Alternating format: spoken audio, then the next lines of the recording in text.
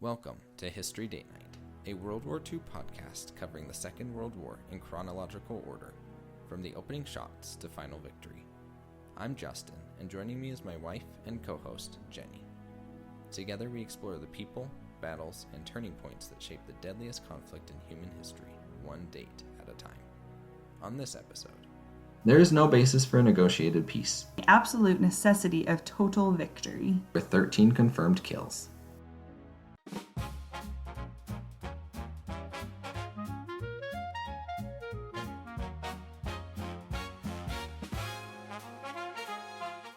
Welcome back to History Date Night. I'm Justin.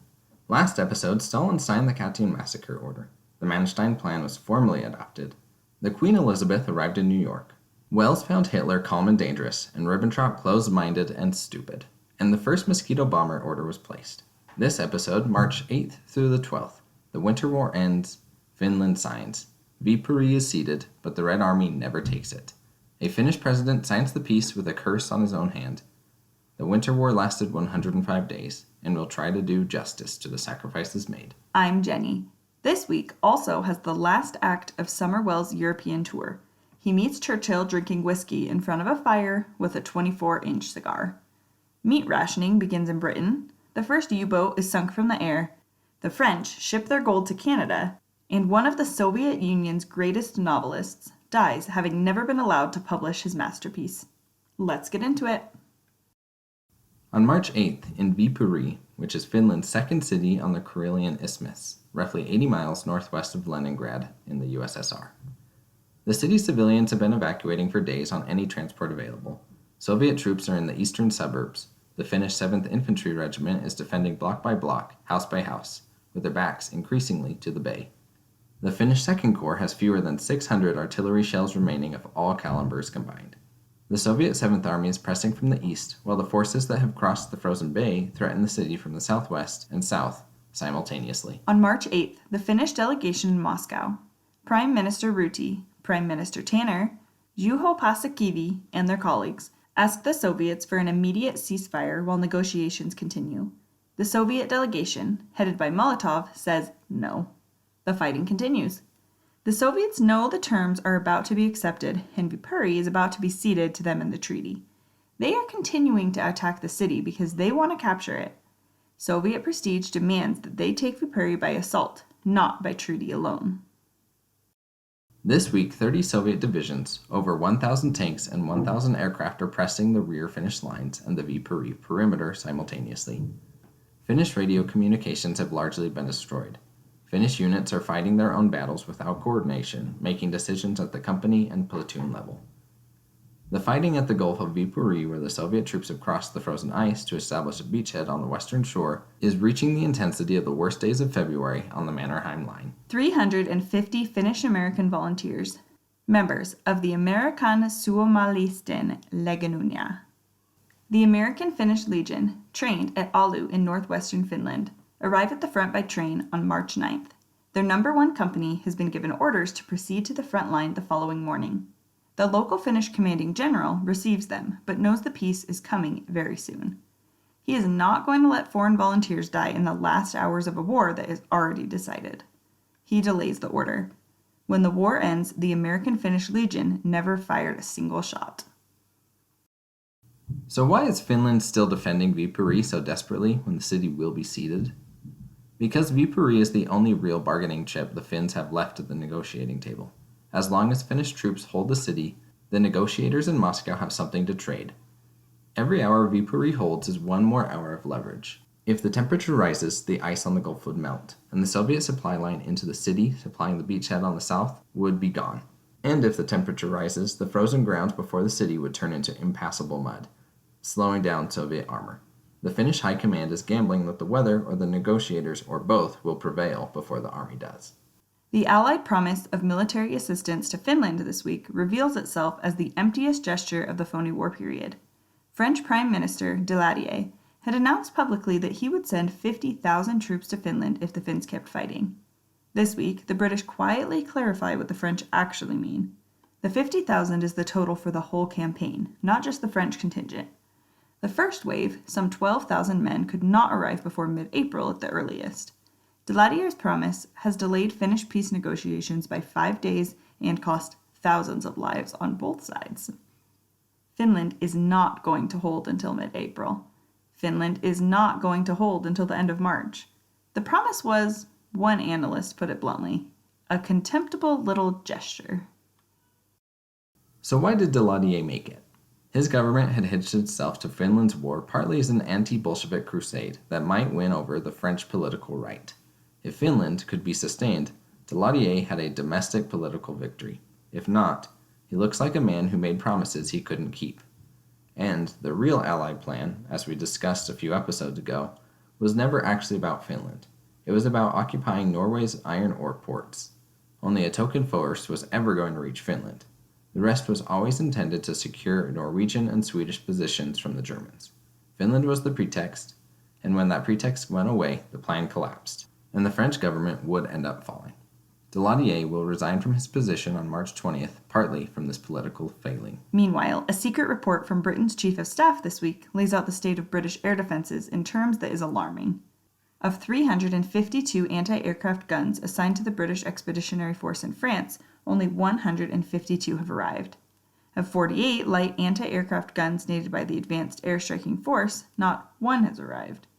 And of the 1,860 anti-aircraft guns considered the minimum necessary for the defense of Britain itself, not the BEF, Britain, just over 100 are in place. Those 100 are concentrated near naval bases and radar stations. Munitions factories, heavy industry, and civilian centers are essentially just left completely unprotected. And then there's this, a letter published in the British magazine Time and Tide this week from an angry reader that cuts straight through all the official language and strategic hedging. It reads, Finland is an extremist. Poland's death rattle echoes across Europe. In both cases, lack of air power has been the decisive factor. There are doubtless many good reasons why we have been powerless to help, but is that a reason for adding mockery to impotence? If petrol and pilots are not to be lightly risked, even for vital projects, what is the excuse for sending machines 1,400 miles across enemy country to drop leaflets? That letter is signed with a name that is not recorded in history. March 10th, in Rome, German Foreign Minister Ribbentrop has been meeting with Mussolini. Ribbentrop's visit to Rome accomplished one concrete thing, an agreement that Mussolini will meet Hitler in person to discuss Italy's potential entry into the war. Mussolini told Ribbentrop he would join Germany when he judged Italy was ready. The meeting between the two dictators is now scheduled for March 18th at the Brenner Pass, on the border between Germany and Italy in the Alps. Italy is moving towards war. The direction of travel is clear, even if the date is not. On March 11th, continuing his European tour, Welles has tea with King George VI. While the king is clear, no peace negotiations while the Nazi regime survives, and has not demonstrably abandoned the doctrine that might makes right, he speaks with what Welles describes as genuine emotion about the Polish people and what has been done to them. Then later, Welles meets with Prime Minister Chamberlain, who reiterates the same position he stated in Birmingham in February. Neither meeting produces anything new. Chamberlain's foreign ministry colleagues, briefed separately on Welles' summary of Hitler's position, note simply that Germany's terms amount to keeping everything it has taken. This is not a basis for negotiation. March 12th, the same day the Winter War ends. As it happens, Sumner Welles meets Winston Churchill. Churchill is at Admiralty House. He is sitting in front of a fire. He is smoking a cigar and is drinking whiskey and soda. It is, as Welles noted, quite obvious that he had consumed a good many whiskeys before I arrived. What follows is described as a cascade of oratory, brilliant and always effective, interlaced with considerable wit. For almost 2 hours, Welles listens as Churchill delivers his view of the war, Britain's position, Germany's character, and the absolute necessity of total victory. He does not take notes in Churchill's presence, as he described the meeting as unforgettable. Welles departs Britain and returns to Washington on March 12th, having met, per the summary in his report, 1 pope, 2 kings, 1 Führer, 1 duce, and 3 prime ministers. His conclusion: there is no basis for a negotiated peace. Germany will not offer terms that any Allied government could accept. The Allied government will not negotiate with Germany while it has retained what it has conquered. The mission was never likely to find peace. Roosevelt knew this before Welles left. Their journey was about demonstrating that America had tried to find a peaceful solution. On March 12th, at midnight Moscow time, the Finnish delegation, Ryti, Tanner, Paasikivi, and their colleagues, signs the Moscow Peace Treaty. At the moment of signing, Ryti reportedly has tears in his eyes. The treaty requires Finland to cede 16,000 square miles of territory, roughly 11% of its entire land area, containing 12% of its population. The Karelian Isthmus goes, including Viipuri. All the land surrounding Lake Ladoga goes. The Hanko Peninsula is leased to the Soviet Union for 30 years as a naval base. Territory around Salla in northern Finland is ceded. The new border leaves Finland without its natural defensive terrain. The Mannerheim Line, the system of fortifications that held for 70 days, is now within Soviet territory. 400,000 Finns live in the territory being ceded. They haven't been consulted of this change. The treaty gives them a short period to evacuate before Soviet administration begins. Almost all of them go. Over the following weeks, 400,000 people pack what they can carry and leave their homes their families have occupied for generations. What they are leaving for is uncertain, as they are leaving everything behind. In Helsinki, President Kyösti Kallio signs the authorization giving the peace delegation formal powers to accept the treaty. He signs the paper. Then, according to the accounts of those present, he looks at his right hand and says, "May wither the hand that has signed a paper like this." Later, in the summer of 1940, Kallio suffers a stroke and his right arm is paralyzed in a twist of fate. He resigns the presidency in December 1940 and dies at the railway station as he is leaving Helsinki of a heart attack. Finns have debated ever since whether his words were prophecy or coincidence. The story has entered Finnish legend either way. Also on the 12th, the Minister of Defense, Juho Nikkanen, and the Minister of Education, Uno Hanala, who both believe Finland should fight on with the Western help, resigned from the cabinet in protest. Sweden, at the last possible moment, offers Finland a defensive alliance. It is too late. The treaty is signed and Finland can no longer benefit from Sweden's offer. From the other direction, 20,000 British troops are embarked on transport ships at Rosyth in Scotland, waiting for an order to sail to Finland via Norway. The order is never given. The ships remain at anchor and the war is over. The ceasefire takes effect at 11 a.m. Finnish time on March 13th. The guns fall silent. Finnish units receive the news during the night and early morning hours, filtering through to positions where men have been fighting continuously for 105 days. At Viipuri, the 7th Infantry Regiment is still defending the city when the ceasefire arrives. Soviet forces have reached the suburbs, but they have not taken the city. The Red Army never captured Viipuri by assault. The official Soviet histories will insist for decades that Soviet forces stormed Viipuri at the last moment, but this is not true. When the firing ended on March 13th, Finnish troops held the city center. Now, Viipuri would actually fall to the Red Army in June 1944. Spoiler, 4.5 years later. The Winter War lasted 105 days. Finland lost approximately 25,000 soldiers dead and 43,000 wounded. The Soviet Union lost, and the numbers are contested as the Soviet records were classified for decades. Somewhere between 125,000 and 167,000 dead, with over 320,000 wounded.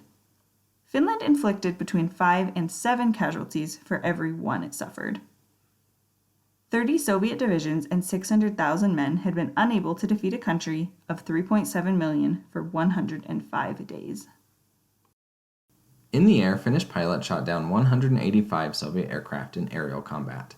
Finnish anti-air forces brought down another 300 or so more planes. Total Soviet aircraft losses from the war and attrition is around 684. Finland would lose 61 aircraft, 34 in aerial combat. The top Finnish ace of the war was Lieutenant Jorma Zavanto, the pilot who shot down 6 Soviet bombers in 4 minutes and 12 seconds on January 6th, which we covered in a past episode. Well, he finished the war with 13 confirmed kills. What did the Winter War mean for the wider conflict? Well, the obvious answer is the Soviet military's catastrophic performance reinforced the conclusion Hitler had made through the war. The Red Army was poorly led, poorly coordinated, tactically rigid, and could be defeated. This conclusion will contribute directly to Hitler's decision to invade the Soviet Union in June 1941, Operation Barbarossa. He expects a short campaign, and the Winter War is part of why he expects it. The less obvious answer, Finland survived as an independent state. A country of 3.7 million fought the Soviet Union for 105 days, inflicted casualties at a ratio no military in the world had achieved against a major power, and emerged with its government intact, its army intact, and its sovereignty recognized in the peace treaty. The terms are harsh, but Finland is still Finland and not a puppet, as was the original goal of the Soviets. A last few notes from the week. On March 11th, a Blenheim bomber of 82 Squadron RAF attacked the German submarine U-31 on sea trials near Wilhelmshaven. 2 of 4 bombs hit. U-31 sinks with all 58 aboard, crew and dockyard workers who were still aboard for the trials. This is the first submarine to be sunk by aircraft in the entire war. U-31 is later raised, repaired, and returned to service. And then it is sunk again, making her the only ship of the war to be sunk twice. On March 11th, the French battleship Britannia and cruiser Algerie sailed from Toulon, France's major Mediterranean naval base on the southern coast, roughly 400 miles southeast of Paris, carrying 147 tons of gold, which is 2,379 bars, bound for Halifax in Canada. France is moving its gold reserves to North America for safekeeping. In the same week that Finland signs away 11% of its territory and Britain reveals it has fewer than the 1,860 anti-aircraft guns it considers its minimum defense, France is preparing for the possibility of something going very, very wrong. On March 11th, meat rationing begins in Britain. 1 shilling and 10 pence per person per week. Children under 6 get half. The poultry and the offal, which is the edible internal organs and extremities of butchered animals, such as liver, heart, kidneys, and tongue, are still free of rationing. And on March 10th in Moscow, the writer Mikhail Bulgakov dies. He wrote a play about Stalin's early life called Batum. Stalin read it, he liked it, and refused to allow it to be staged. In 1939, Bulgakov submitted the play for approval again and was turned down again. He became ill with depression and a kidney disease and died less than a year later. His greatest novel, The Master and Margarita, one of the most important Russian novels of the 20th century, remained unpublished until 1968, 28 years after his death. He would later become known as one of the greatest Russian authors of the 20th century. So to wrap up, Viipuri held to the last hour and was never captured by assault. 350 Finnish-American volunteers arrived at the front and never fired a shot, because the general decided it wasn't right to let them die in the last hours of a war that was already decided. Daladier's 50,000-man promise cost days and lives and was always mostly fiction. Britain has barely 100 of the 1,860 anti-aircraft guns it considers its minimum defense. Welles found Churchill drinking whiskey in front of a fire, brilliant, witty, and completely clear about what must be done. On March 12th, Finland signed the peace deal. A president cursed his own hand. 400,000 people packed their lives into what they could carry, and the Winter War ended. And finally, France began shipping its gold to Canada to prepare for the worst. Thanks for joining us for episode 26 of History Date Night. We'll see you next time. See you then!